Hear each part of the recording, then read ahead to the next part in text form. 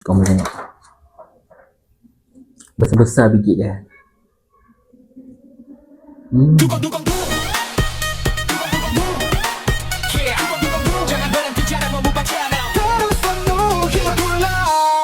Assalamualaikum. Hi guys, welcome back to Muhammad Mukbang channel. Dugu. So hari ni aku nak makan apa?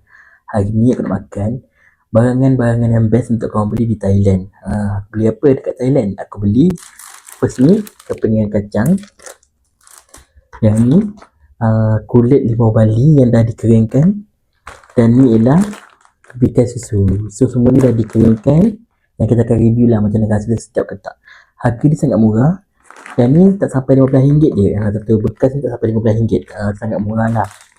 So tanpa nak buang masa lagi, jom kita try makan ke semua ni macam mana rasa dia sedap ke tak. So kita mulakan dengan kepingan kacang dulu. So dekat kepingan kacang ni ada macam-macam jenis. Ada warna hitam, ada kacang bijan, ada kacang tanah gitu lah kot. Aku tak pasti. So tanpa nak buang masa lagi, jom kita try makan.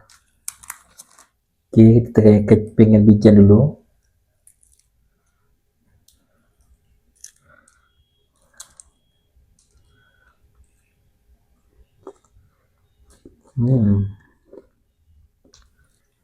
Rasanya sedap, tapi sebab dia dah rapat sangat, susah nak buka.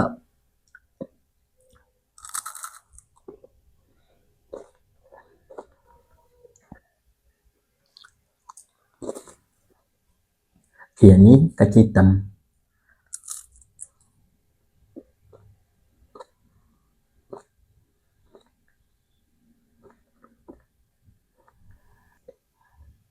Not bad.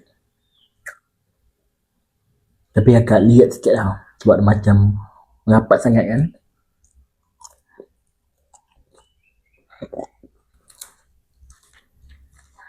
Okay, ni pakai kacang tanah.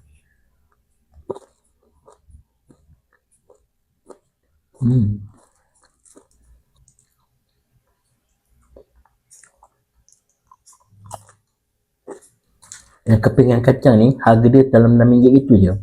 Sangat murah dan banyak lah bagi aku. Tapi dia agak liat sikit lah kalau orang makan.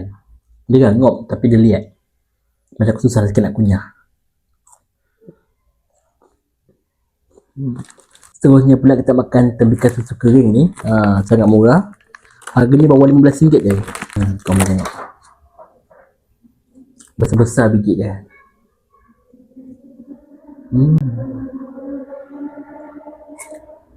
Sedap.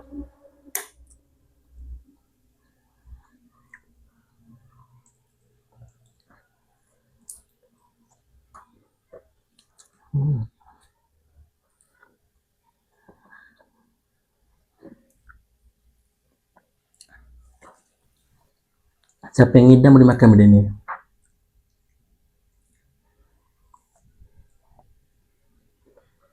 Yang isi dia tebal.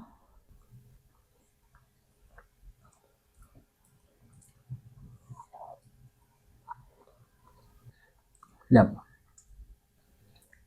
Tapi rasa dia manis sikit. Yang terakhir kita try pula yang ni, kulit limau bali.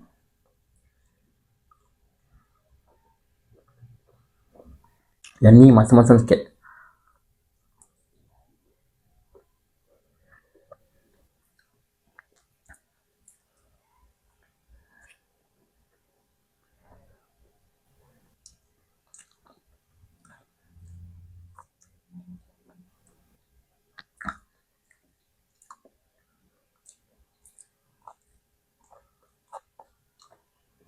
So kalau makan dah ketiga-tiga makanan yang beli dekat Thailand, semuanya sangat sedap.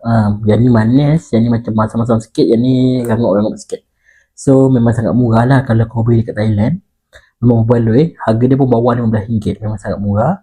Bagi aku sangat sedap. And kalau kau nak beli ni, kau kena beli kat mana? Pergi ke kilang kacang di Hat Yai.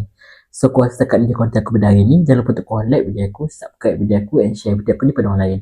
Kalau boleh biarlah YouTube aku ni sampai mana? Sampai menuju bulan. Kalau